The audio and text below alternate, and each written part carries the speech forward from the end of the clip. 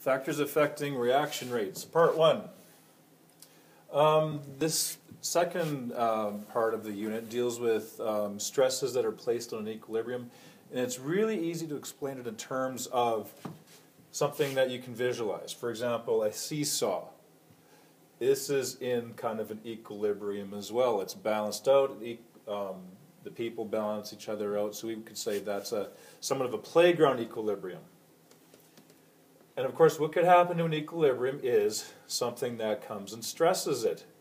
This is known as Chateliers Principle. When a stress is applied to a system, the system will adjust to minimize the effect of the stress naturally. So if I'm looking at this seesaw example, looking at some stresses I could place on that and then seeing how it could shift to maintain that balance again, the equilibrium, just like in the graduated cylinder lab that you did with water transfers. So for example, let's take a look at something like this. So let's say we have that seesaw that's above, and let's say we add an extra person on the right hand side.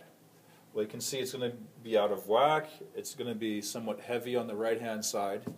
So in this case, the stress would be adding more people on the right. You'll see that for these examples, I'll break it down into 4 different things. A stress, what's the immediate response to the stress? Which way will it shift to alleviate the effect of the stress, like Le Chatelier said? And then what increases and what decreases as a result? So the stress is adding more people on the right. So the automatic response is always opposite to what the stress is. We want to decrease the people on the right, or use them up in some way on the seesaw, or in the chemical equilibrium. So of course what we could do here is shift. Which way will it shift? Left or right? If we move things to the left, move these people to the left, we can move it such that equilibrium is established again. So once the stress is applied, once we realize what the response is, the shift is, okay, now what can we do in that system to minimize the effect of the stress? And lastly, what increases and decreases as a result of this? So the left side will increase slightly because people are moving that way, and the right side will decrease because people are moving from the right to the left.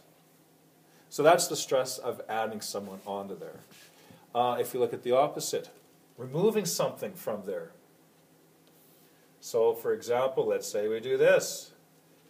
We have a seesaw that was originally in equilibrium, but let's say someone jumps off on the right-hand side. So the stress, we have a decreased amount of people on the right, and we can see that because this side is really high up, so we can see it's out of balance. So the automatic response is the opposite. Add more people on the right within the seesaw itself. That's a tricky thing. You're moving things on the seesaw itself. So add more people on the right, and of course we can do that by whoever is on the left, move some of them over to the right hand side. So things will shift to the right, or move people to the right. And of course if we do that, equilibrium is established again, and as a result we get an increase. The right side increases for a time and the left side decreases for a time because of this movement that just happened. Okay? So you may be asking yourself, okay, well this is fun and dandy in the playground, but what does this have to do with chemistry? Well, in chemistry there are certain shifts that can be placed on systems at equilibrium there as well. The changes that we'll look at in the next video are changes in concentration, so you can add something or remove something. Changes in pressure or volume, so it'll cause an increase in pressure by decreasing volume. In a smaller space there's more pressure, or if I reduce pressure I could do it by expanding volume. Think of an elevator. If you have a bunch of people in a room versus the same number of people in an elevator, there's a lot of pressure in there. And finally, changes in temperature, either increasing temperature or decreasing temperature. So those are the 3 stresses that we'll look at affecting chemical equilibrium.